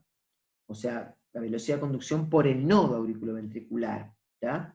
Entonces, a veces eso no es bueno, obviamente, sobre todo en aquellos pacientes que tienen taquicardias supraventriculares, como puede ser una fibrilación auricular, porque si me aumenta mucho la velocidad de conducción en el nodo auriculoventricular, se me pueden disparar los ventrículos como locos. ¿Ya? Entonces, a veces cuando doy dobutamina, se le aplica previamente la digoxina, que la digoxina, ¿se acuerdan que disminuía la velocidad de conducción auricular? Por lo tanto, para que no genere justamente ese efecto. Bien. Después tenemos, para pasar acá, tampoco vamos a detenernos tanto, pero sí le quería decir que tenemos los inhibidores de la fosfodiesterasa 3, que obviamente me aumentan el AMP cíclico, pero me lo aumentan justamente porque inhiben la degradación del mismo. ¿Tá? Y también ayudan a aumentar el volumen minuto, la contractibilidad, y también disminuye la poscarga porque son vasodilatadores. ¿Tá? Bueno, acá tienen muchas de las, digamos, lo importante, digamos, acá es que se pueden utilizar también, se utilizan también, si bien se pueden administrar por vía oral, se utilizan comúnmente también en emergencia, digamos, o en unidades de cuidados intensivos, ¿tá? Y comúnmente se administran por vía intravenosa. Y después, por último, esta parte, tenemos el levosimendan. El levosimendan tiene un mecanismo diferente, porque en realidad acá lo que hace es que se une a la troponina C, ¿tá? Y la hace más sensible, aumenta la sensibilidad hacia el calcio, ¿tá? Sin aumentar, o sea, no entra más calcio en los miocitos, sino que se aumenta la sensibilidad, o hace aumentar la sensibilidad al calcio, ¿tá? Se une en la primera parte de la sístole, como dice ahí, ¿tá? Y otro efecto importante, porque acá lo que estamos hablando de ese efecto es como, digamos, aumentar la fuerza de contracción, pero que es la parte dilatadora, no la estoy diciendo como me pasé diciendo de las otras. También produce una vasodilatación porque hace abrir a los canales de potasio ATP dependientes, ¿tá? Los mismos se abren, sale potasio a nivel de la musculatura lisa, ¿tá? Y esto lo que produce es una vasodilatación.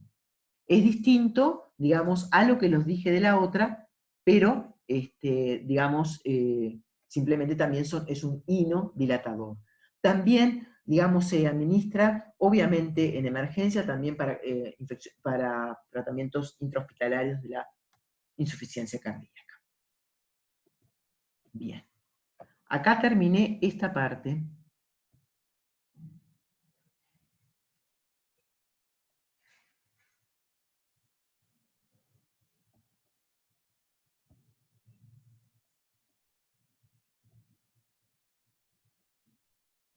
Chiquilines, ¿acá le pareció bien la pantalla?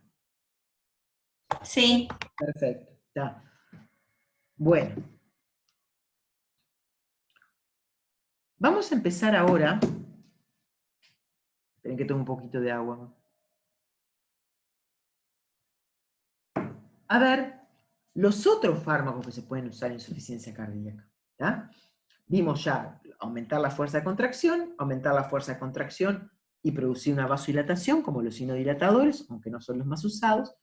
Pero empezamos a jugar con todos los mecanismos compensatorios que tiene el corazón. Y vamos a empezar a trabajar con la precarga. Tratar de disminuirla. Para eso, podemos trabajar con dos grupos farmacológicos. Miren que algunos son mixtos, que los mixtos, porque ahora les voy a dar perfectamente los que son más relacionados a disminuir la precarga, ¿tá? Pero los IECA, por ejemplo, disminuyen tanto la precarga como la poscarga, ¿tá? Entonces, dentro de acá yo dije, bueno, disminuir la precarga, como al principio de la clase, bueno, voy a disminuir el retorno venoso. Yo voy a tratar de producir venodilatación o disminución de la volemia. Entonces voy a tener que hablar de dos grupos farmacológicos. Por un lado, los que producen venodilatación, que son nitratos o nitritos, y por el otro lado, los diuréticos, que disminuyen la volemia. Entonces, acá simplemente están todos los tipos de fármacos que vamos a ir viéndolos, no ahora voy a empezar con los nitratos que se pueden usar en la insuficiencia cardíaca para disminuir tanto la precarga como la poscarga. Y empezamos con reducción de la precarga. Como hoy hablamos del principio de la clase, si hago la reducción de la precarga, ¿qué mejoro?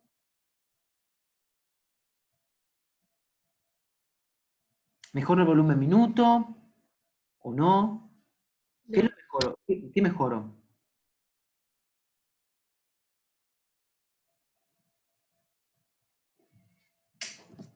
¿Mm?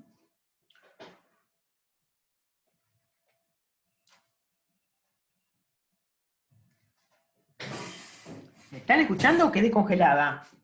Mi voz. ¿Ya? ¿Ya? Entonces, ¿qué es lo que mejoro?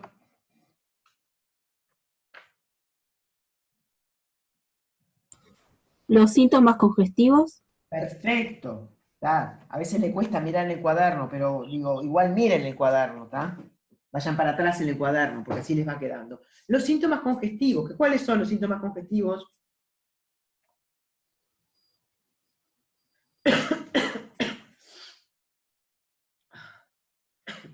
Perdón, ¿cuáles son los síntomas congestivos? Edema.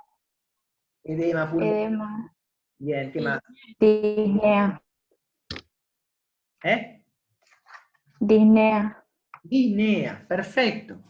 Entonces, al disminuir la precarga, voy a disminuir los síntomas congestivos, como el edema pulmonar, como la disnea, pero no el volumen minuto. Acuérdense que la función ventricular, la curva de función ventricular está bastante achatada, eso no lo salvan con nada, el volumen minuto en ese caso. Y dentro de los ¿cómo se llama? Vasodilatadores venosos, tenemos nitratos o nitritos, dentro de los cuales estos los van a ver también como antianginosos, chiquilines. O sea que quédense tranquilos que se van a repetir otra vez. Dentro de los vasodilatadores venosos tenemos la nitroglicerina, que comúnmente se puede dar por vía intravenosa, se puede dar también a veces, digamos, en parches, comúnmente también se puede dar sublingual. A su vez también tenemos, que se dan bastante por vía oral, el dinitrato isosorbide y el mononitrato, que es un metabolito de este, pero está como forma farmacéutica, el mononitrato de isosorbide. Todos estos compuestos, su mecanismo de acción es liberar óxido nítrico. Y este óxido nítrico lo que hace, ¿tá?, es justamente, me activa la guanilato ciclasa, ¿tá?, y esta guanilato ciclasa pasa a GMP cíclico. Y es el GMP cíclico el que, digamos, actúa supuestamente disminuyendo, digamos, la concentración de calcio y por lo tanto produciendo dilataciones. ¿Tá? ¿Qué pasa con esto? Bueno, los nitratos es complicado y cómo se dan. Se pueden dar o sea, se van a usar y se usan bastante en la angina de pecho, pero tenemos que tener en cuenta que los nitratos o nitritos lo que producen es tolerancia, que pierdo el efecto, pero pierdo el efecto en el mismo día.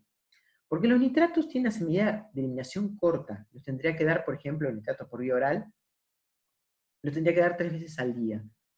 Y yo le digo que en el ambiente hospitalario, como se deben dar, por ejemplo, son horarios medio raros, lo dan a las 8 de la mañana, o a las 7 de la mañana, y después lo dan a las 2 de la tarde, o 3 de la tarde, después ya de noche ya no lo dan. Es decir, bueno, ¿y acá se les fue el efecto?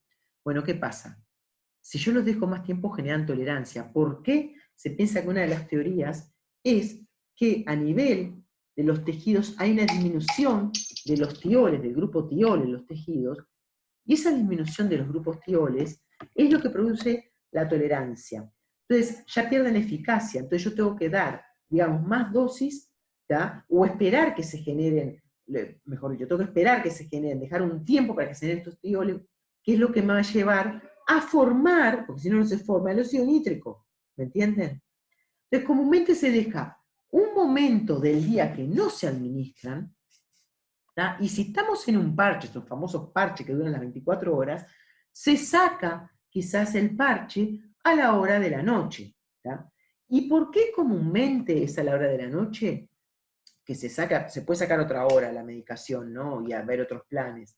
Pero, por ejemplo, si estamos trabajando en angina de esfuerzo, es mejor tener cubierto durante el día, digamos, con los nitratos o nitritos a los pacientes, y sacarlos en la noche. Eso depende de la angina y lo vamos a discutir más cuando veamos angina de pecho. ¿Tá? Entonces, ¿cómo actúan los nitratos? O sea, producen tolerancia, pero ¿cómo actúan? Bueno, aumenta la GMP cíclico, etc., pero producen sobre todo primero a nivel de las venas, venodilatación. Por lo tanto, eso me va a disminuir el retorno venoso y por lo tanto disminuir la precarga. Y así, como ustedes bien dijeron, disminuye los síntomas congestivos. ¿Ya? Pero también me disminuye las demandas miocárdicas de oxígeno, porque al disminuir la precarga voy a disminuir el volumen intraventricular, la presión intraventricular, ¿tá? Y por supuesto, digamos, eso me va a dejar o disminuir la tensión de la pared ventricular, que es una de las cosas de que depende la demanda miocárdica de oxígeno. Bien. Pero a su vez también muchas veces producen cefaleas los nitratos, porque después empiezan, digamos, a empezar con las vasodilataciones arteriolares, y me produce una vasodilatación a nivel de las meninges, por lo tanto puede llegar a producir cefaleas, también puede producir rubor, y vasodilatación a nivel de la cara, y muchas veces, y si las concentraciones son más elevadas, me producen vasodilatación arterial, o sea que disminuyen también la poscarga. Entonces, tengo que tener cuidado, ¿no? Porque si me disminuye de forma importante la poscarga, ¿tá? Me puede bajar mucho la presión arterial. Y por lo tanto, si me disminuye mucho la presión arterial, se me puede disparar el simpático, produciendo taquicardia refleja. Sobre todo si se usa en angina de pecho, ¿no? Que lo que menos quiero es que alguien me produzca taquicardia. ¿Tá? Bueno, entonces, eso, una de las métodos para producir venodilatación, se usa en insuficiencia cardíaca, a veces en hospitalario, que se lo vamos a ver, también se usa otro de los nitratos, que nitroprusiato de sodio, que después lo vamos a ver cuando veamos que por eso baja la precarga y la poscarga. ¿Tá? Acá solo estamos viendo sobre todo los que actúan sobre la precarga. Acá simplemente es lo mismo, y el mecanismo de acción, la guanidina ciclasa, disminuye el calcio, relajación, etcétera, etcétera. Bueno. ¿Voy muy rápido o me están bancando un poquito más?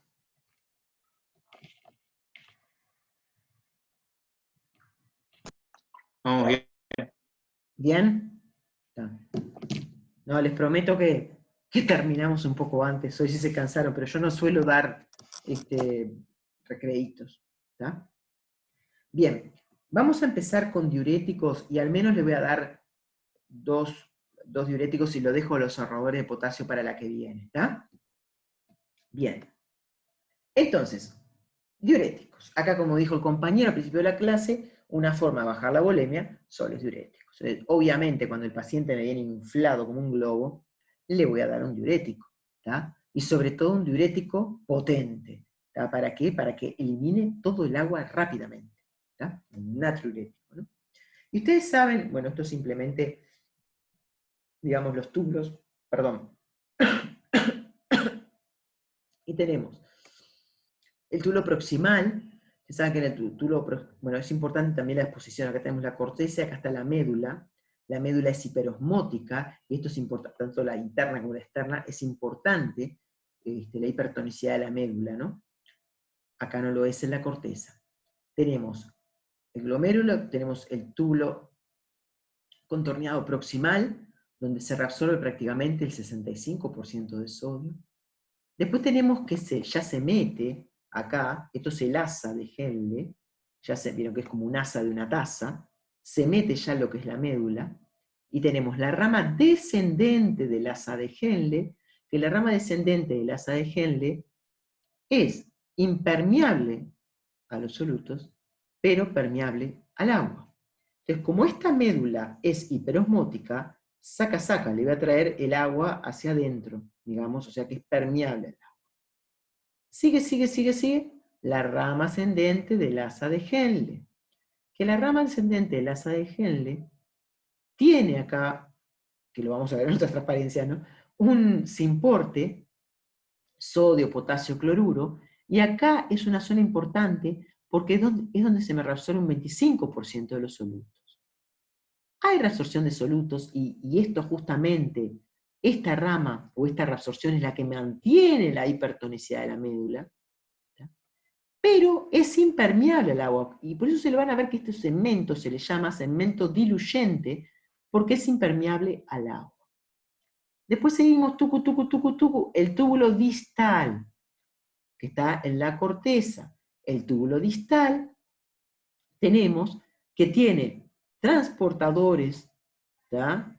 Sodio cloruro, simportes, y esta parte también, acá se reabsorbe pero muy poco sodio, el 10%, y es impermeable al agua, por lo tanto también esta parte es diluyente. Después tenemos el distal colector. Acá sobre todo podemos decir que actúa la aldosterona y la vasopresina.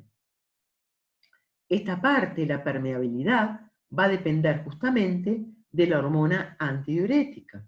¿Tá? Cuanto más hormona antidiurética se secrete, más permeable es esta zona hacia el agua. ¿Tá? Bien, y eso es lo que me va a determinar si tengo una orina diluida o concentrada. Bueno, haciéndole este pequeño repasito, muy, muy pequeño, ¿tá? Tenemos que vamos a empezar con los diuréticos que actúan a este nivel, que son los diuréticos de asa, como se llama. ¿Tá? Diuréticos de asa. ¿Tá? A ver si tengo una más linda o no. Uy. No, bien.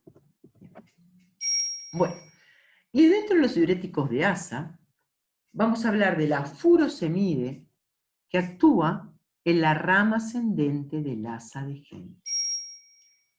Y en la rama ascendente del asa de Henle, yo como les dije hoy, tenemos un ciporte sodio, potasio, cloruro. ¿Tá? Y esto es en la parte apical. En la parte vasolateral tenemos una sodio-potasio ATPasa. ¿Tá? Lo que hace que me va a llegar un momento que se me va a acumular mucho potasio. Si no tuviéramos este canal que tengo acá, que hace una salidita de potasio otra vez hacia el lumen. Por lo tanto, digamos hacia la luz, perdón. Por lo tanto, acá me va a quedar un potencial eléctrico positivo en la luz, comparado al interior. Ese potencial eléctrico positivo me empieza a repeler como loca iones, sobre todo a positivos, obviamente, ¿no? Me va a repeler al calcio y magnesio que los hacen entrar por vía paracelular hacia adentro, hacia el espacio intersticial. ¿Qué pasa si yo bloqueo, porque la furosemide bloquea este simporte? Sodio, potasio, cloruro. ¿Tá? Acá ya no voy a tener un problema de potasio, por lo tanto acá se va a venir menos potasio, ya la luz no va a estar tan positiva, y por lo tanto el calcio y magnesio, ¿tá? No se me van a meter, sino que se me van a salir por la luz. Por eso la furosemide puede producir salida importante de sodio, obviamente salida importante de agua, salida importante de potasio, de calcio y de magnesio. Pero vamos a ver que algunos no son tan importantes. ¿Tá? Porque, ¿qué le pasa? El potasio sí se va, porque obviamente va a producir una hipopotasemia. ¿Tá?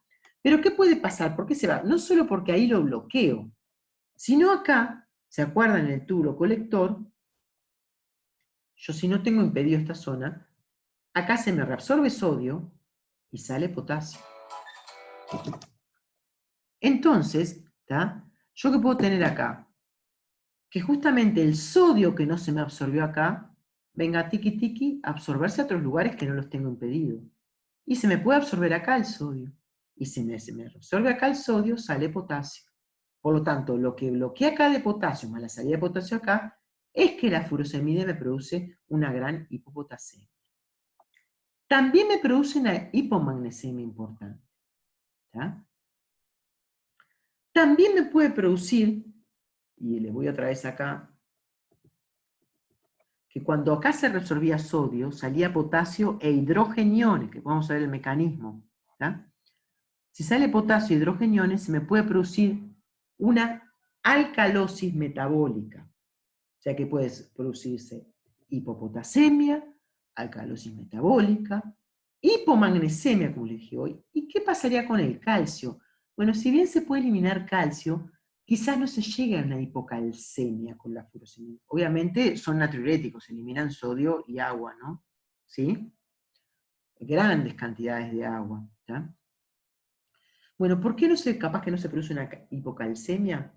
Porque, y le voy a mostrar el túbulo distal, acá, este es el túbulo distal, en la parte, digamos, de la corteza. El sodio que no entró, y el calcio, digamos, que lo sacaron, llega acá, y acá un transportador de calcio a nivel del túbulo distal, y se puede reabsorber. Por lo tanto, quizá no se elimine tanto calcio. ¿Ya? ¿Sí? Entonces voy a tener eliminación de sodio con gran cantidad de agua, hipopotasemia con los diuréticos de asa, hipocalcemia quizá no tanto, porque lo que no se me absorbió acá, o entró acá, se puede llegar a eliminar o absorber, digamos, a nivel del túbulo distal, ¿tá? Y hipomagnesemia cicantada. A su vez, la furosemide, que es el fármaco que vamos a ver, puede producir hiperglicemia, puede llegar a producir también problemas en el oído, ototoxicidad, y esa hipopotasemia, que ¿por qué les recalco la hipopotasemia? Porque se usa mucho con dioxina. ¿Y qué pasa si uso furosemida y dioxina? Me lo dice alguien, por favor. Pueden fijarse. Porque estoy cansada de hablar sola. Dale, alguien que me lo diga.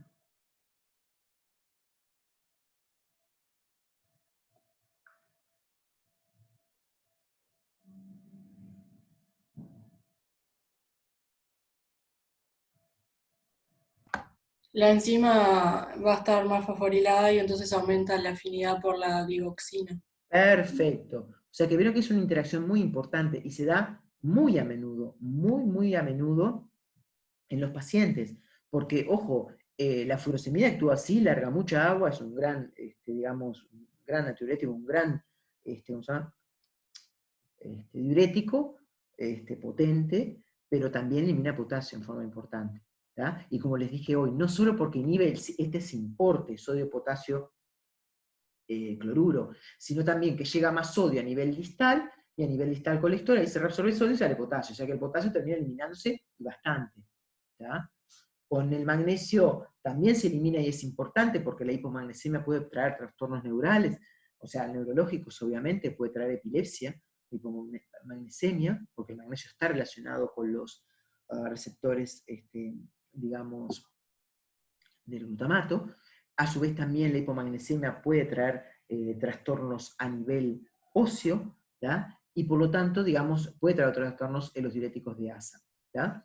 Entre ellos, perdón, otra cosita más que les quería decir, y los dejo, porque digo, creo que me van a matar, ¿sí? Una cosa importante, ¿tá? Pero esto para recalcárselo, y después retomo en la que viene en esto. Les quería recalcar que justamente, ¿se acuerdan que la clase pasada hablamos de la mácula densa, verdad? Que eran las células que detectaban, digamos, pero la mácula densa, ¿qué tenemos para que detecte? El simporte, sodio, potasio y cloruro. Y si está bloqueado por la furosemide, es como que la célula de la mácula densa dice, no hay sodio, ¿verdad? Entonces, ¿qué me hace la célula de mácula densa? ¿Tá? ¿No hay sodio? Bueno, entonces empieza, ¿se acuerdan esto? Hay una regulación de la óxido nitrosintetasa, que forma óxido nítrico, después se forma el peroxinitrito, y después, por la COX-2, pasa el ácido araquidónico a prostaglandinas. Las prostaglandinas que me hacen liberar renina. Entonces, a la larga, el diurético me está haciendo liberar renina, ¿me entienden? Como mecanismo compensador. Me diciendo, ¿estás largando mucho? ¿Ya no tenés sodio? Te voy a meter sodio. ¿Me entienden? Que eso se alarga como un freno diurético. Pero a su vez también es importante lo de las prostaglandinas. Estas prostaglandinas renales, y es una de las diferencias que hay entre la furosemide y los diuréticos tiacídicos. Estas prostaglandinas renales me van a producir una vasodilatación de la arteriola aferente. Y eso es muy importante. ¿Por qué? Porque justamente este diurético, como la furosemide, se puede utilizar cuando hay insuficiencia renal. Importante. ¿Por qué? Porque comienza una vasodilatación de la arteriola aferente. Porque el diurético, para actuar, se tiene que filtrar o producir secreción tubular para llegar al sitio de acción, que comúnmente es a nivel de la luz del túbulo. ¿Sí? Entonces, que esas prostaglandinas que me hacen liberar porque no detectan, porque la furosemide acá bloquea a nivel de la mácula densa, porque es el mismo tipo de simporte, lo bloquea y no me detecta el sodio, me hace liberar prostaglandinas que me produce una vasodilatación de la arteriola aferente, que me permite que este diurético sea muy bueno en aquellos pacientes con insuficiencia renal, ¿tá? O con clínico renal disminuido, ¿tá? Pero a la larga, las prostaglandinas me liberan renina. Entonces a la larga estaría frenando esa posibilidad diurética. ¿Me siguieron esto o los enloquecí?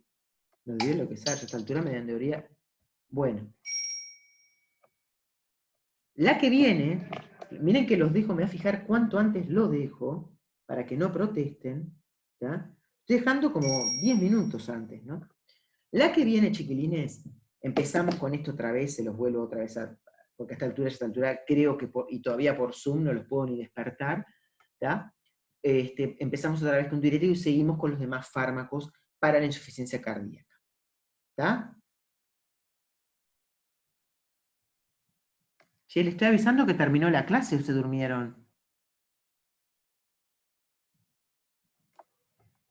Bueno, gracias, chao. Chao, chiquillos. Chao, nos vemos la que viene.